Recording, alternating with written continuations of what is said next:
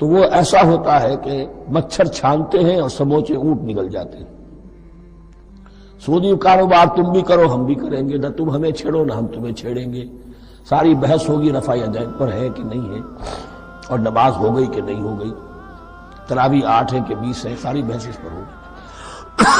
تو یہ جو تصورات ہیں نیکی کے پرورٹڈ، کہ جیسے اندھوں نے ایک ہاتھی کو دیکھ کر اندازہ کرنا چاہا وہ کیسا ہے، جس نے اس کے پیر کو ٹٹول لیا، اس نے کہا ستون کے مانند ہے، جس کا ہاتھ پڑ گیا اس کے کان پر، اس کا چھاج کی طرح ہے ہاتھی.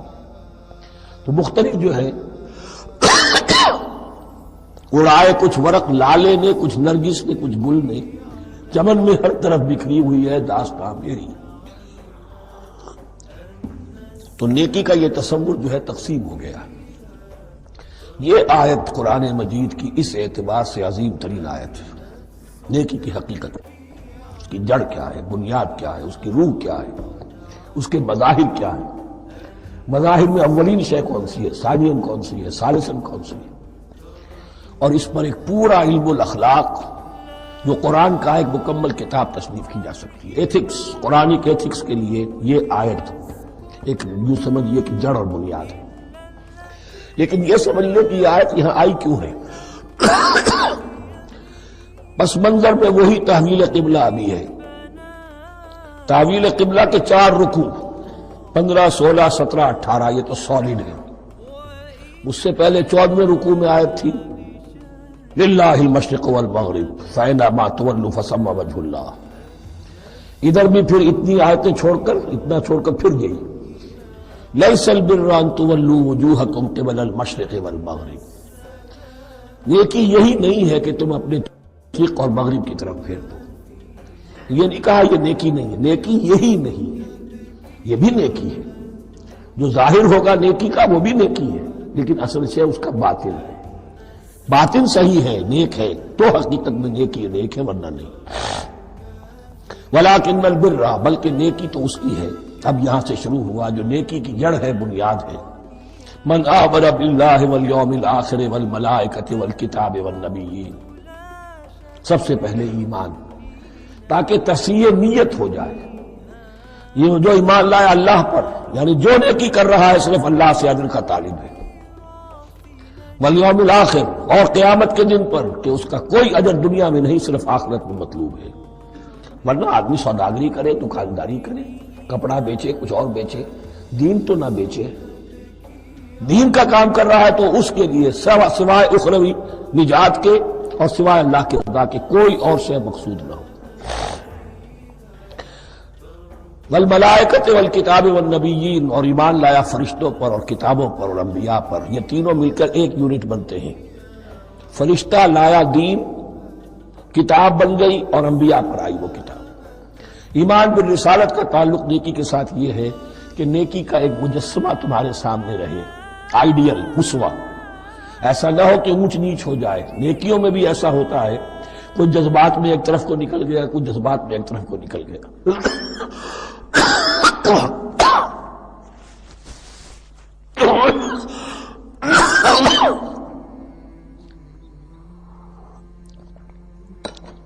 اس گمراہی سے بچنے کی ایک شکل ہے کہ ایک مجسمہ مکمل، ایک اسوہ کاملہ سامنے ہو جس میں معتدل ہو تمام چیزیں. اور وہ ہمارے لیے اسوہ کاملہ محمد رسول اللہ کی شخصیت ہے. نیکی کے ظاہر کے لیے ہم انہیں معیار سمجھیں گے. جو شے جتنی ان کی سیرت میں ہے اس سے زیادہ نہ ہو، اس سے کم نہ ہو. کوشش یہ ہو، آئیڈیل یہ ہو کہ بالکل انسان حضور صلی اللہ علیہ وسلم کے اسوہ کاملہ کی پیروی کرے. ولیکن البر من آمن باللہ والیوم الآخر والملائکۃ والکتاب والنبیین وآتى المال علی حبہ ذوی القربى والیتامى والمساکین وابن السبیل. اور دیا اس نے مال، یا دے وہ مال اس کی محبت کے علی الرغم، علی حبہ اللہ کی طرف نہیں ہے، علی حب المال، علی الرغم مال محبوب ہے پھر بھی وہ خرچ کر رہا ہے. ذوی القربى قرابت داروں پر، والیتامى یتیموں پر، والمساکین محتاجوں پر، وابن السبیل مسافر پر، والسائلین اور مانگنے والوں پر، وفی الرقاب اور لوگوں کی گردنیں چھڑانے. گویا کہ نیکی کے مظہر میں اولین مظہر یہ ہے انسانی ہمدردی. اگر یہ نہیں ہے تو نیکی نہیں ہے. عبادات کے انبار لگے ہوں اور دل میں شقاوت ہو، انسان کو حاجت میں دیکھ کر دل نہ پسیجے، کسی کو تکلیف میں دیکھ کر تجوری کی طرف ہاتھ نہ بڑھے حالانکہ تجوری میں مال موجود ہو، تو وہ دین کی روح سے بالکل خالی ہے. یہ آپ سورہ آل عمران میں پڑھیں گے، لن تنالوا البر حتى تنفقوا مما تحبون. تم نیکی کے مقام کو پہنچ ہی نہیں سکتے جب تک کہ خرچ نہ کرو اس میں سے جو تمہیں پسند ہے. جس سے طبیعت گھبرا گئی، اکتا گئی، کپڑے میں جو بوسیدہ ہو گئے وہ دے دیے، حاتم طائی کی قبر کو لات مار دی، وہ نہیں. جو شے پسند ہے اگر اس میں سے نہیں دیتے تو نیکی کو پہنچ بھی نہیں سکتے، تمہیں ہوا بھی نہیں لگے گی. وَأَقَامَ الصَّلَاةَ وَآتَى الزَّكَاةَ. دیکھیے نماز اور زکوٰۃ اب آ رہے ہیں. یہ ہے حکمت دین کہ ایک ہے روح دین، وہ ہے ایمان، اور جو اس کے مظاہر ہے مظہر اول انسانی ہمدردی. نمبر 2 ہے پھر نماز اور زکوٰۃ، اور یہاں زکوٰۃ کو علیحدہ ذکر کیا ہے، اور اس آیت کا حضور نے حوالہ دیا، ان فی المال لحق سوى الزکاۃ. دیکھو کچھ لوگوں نے سمجھا بس ہم نے زکوٰۃ نکال دی تو حق ادا ہو گیا پورا. بڑی بے وقوفی ہے. مال میں حق ہے زکوٰۃ کے سوا بھی. اور اب آپ نے یہ آیت پڑھی، دیکھو اس آیت میں کیا ہے. زکوٰۃ کا تذکرہ بعد میں ہو رہا ہے، وَآتَ الْمَالَ عَلَىٰ حُبِّهِ ذَوِي الْقُرْبَىٰ وَالْيَتَامَىٰ وَالْمَسَاكِينَ وَابْنَ السَّبِيلِ وَالسَّائِلِينَ وَفِي الرِّقَابِ وَأَقَامَ الصَّلَاةَ وَآتَى الزَّكَاةَ. اس کی کیا حکمت ہے کہ ایمان کو تر و تازہ رکھنے کے لیے نماز ہے، اقم الصلاۃ لذکری، اور انسانی ہمدردی میں مال خرچ کرنے کے جذبے کو پروان چڑھانے کے لیے برقرار رکھنے کے لیے زکوٰۃ ہے. اتنا تو دو نا کم سے کم. بوتل کا منہ تو کھلے، کارک تو نکلے اس کا. اگر بوتل کا کارک نکل جائے گا تو شاید اس میں سے کچھ شربت اور بھی نکل آئے.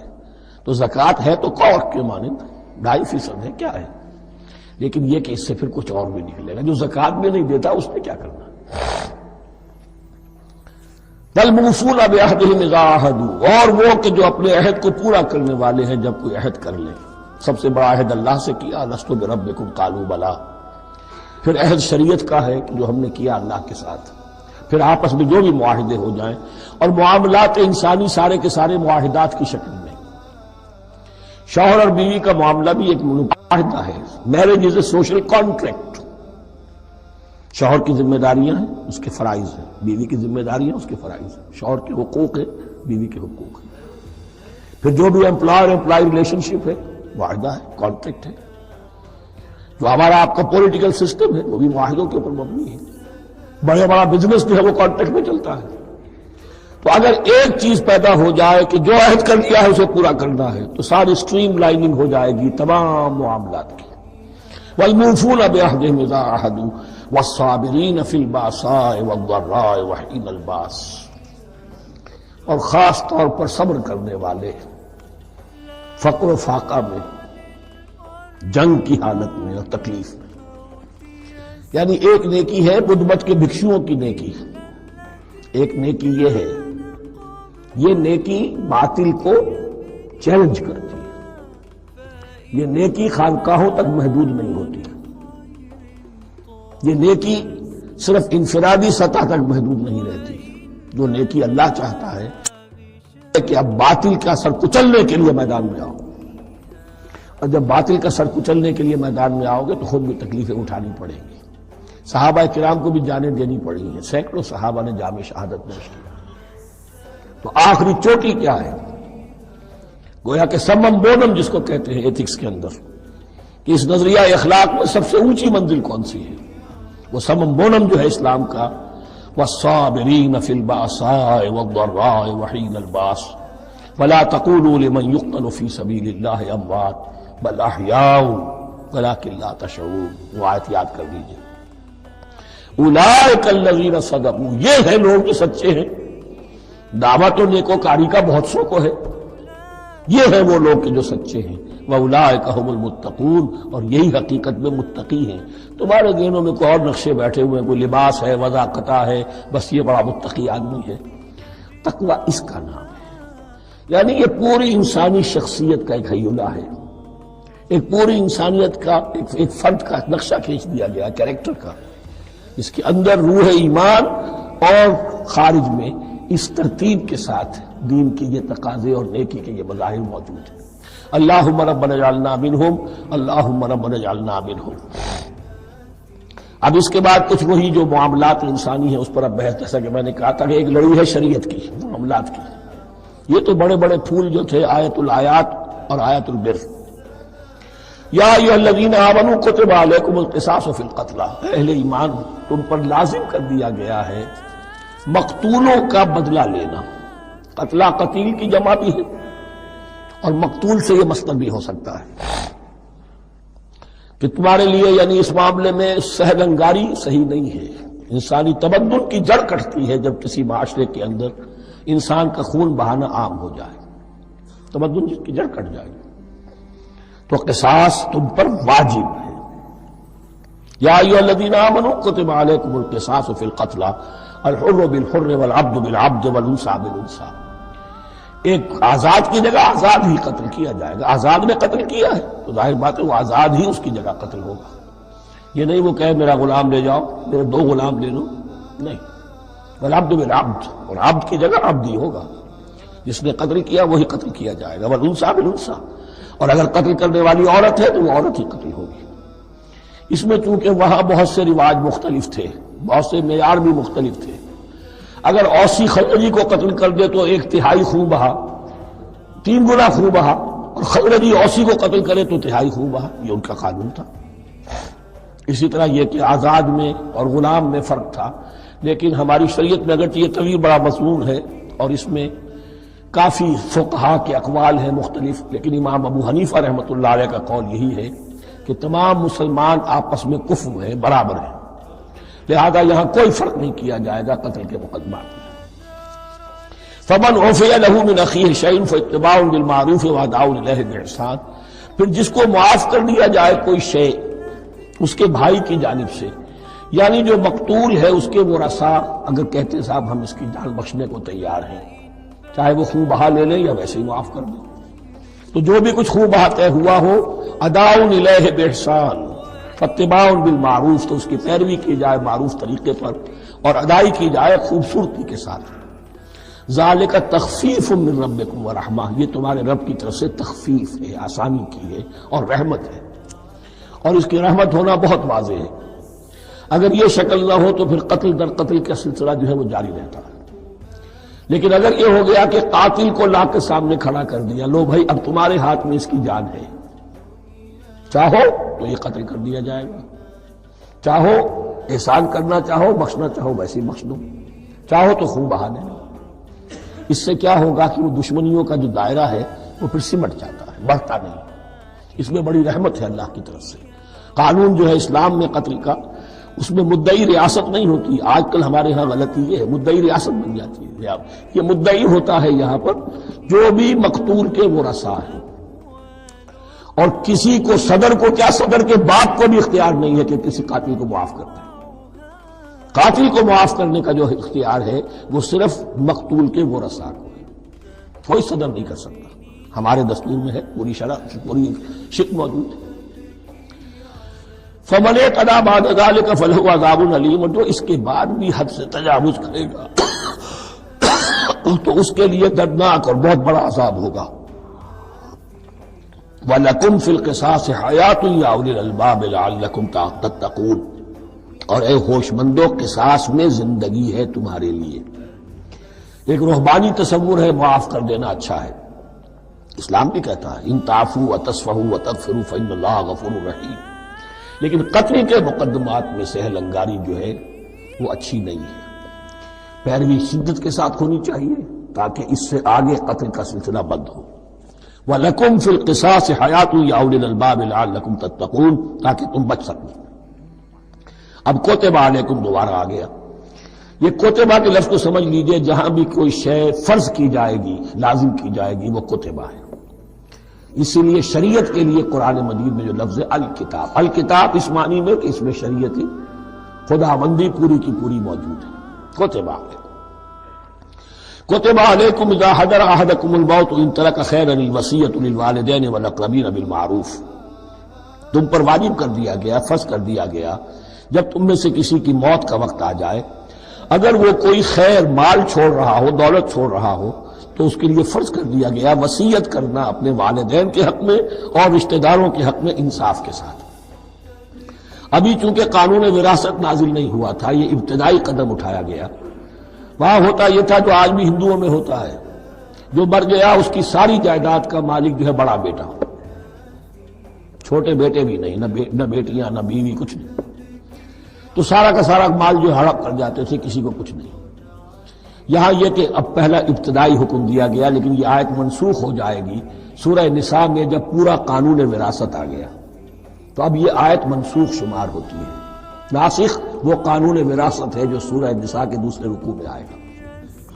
البتہ اس کے ایک حصے کو حضور نے باقی رکھا ہے، وہ گویا کہ سنت نے اس کے ایک جز کو برقرار رکھا ہے، اور وہ جز یہ ہے کہ مرنے والا 1/3 اپنے مال کے لیے وصیت کر سکتا ہے کسی کے لیے، 1/3 سے زیادہ نہیں، اور وارث کے لیے وصیت نہیں ہوگی، جس کی وراثت میں حق مقرر ہو چکا ہے اس کے لیے وصیت نہیں ہوگی، وہ غیر وارث کے لیے وصیت ہوگی، کسی دینی ادارے کو دینا چاہے، کسی اور کو دینا چاہے، یتیم کو، بیوہ کو، یتیم خانے کو، ٹھیک ہے، 1/3، 2/3 میں قانون وراثت کی تنفیذ ہوگی لازماً۔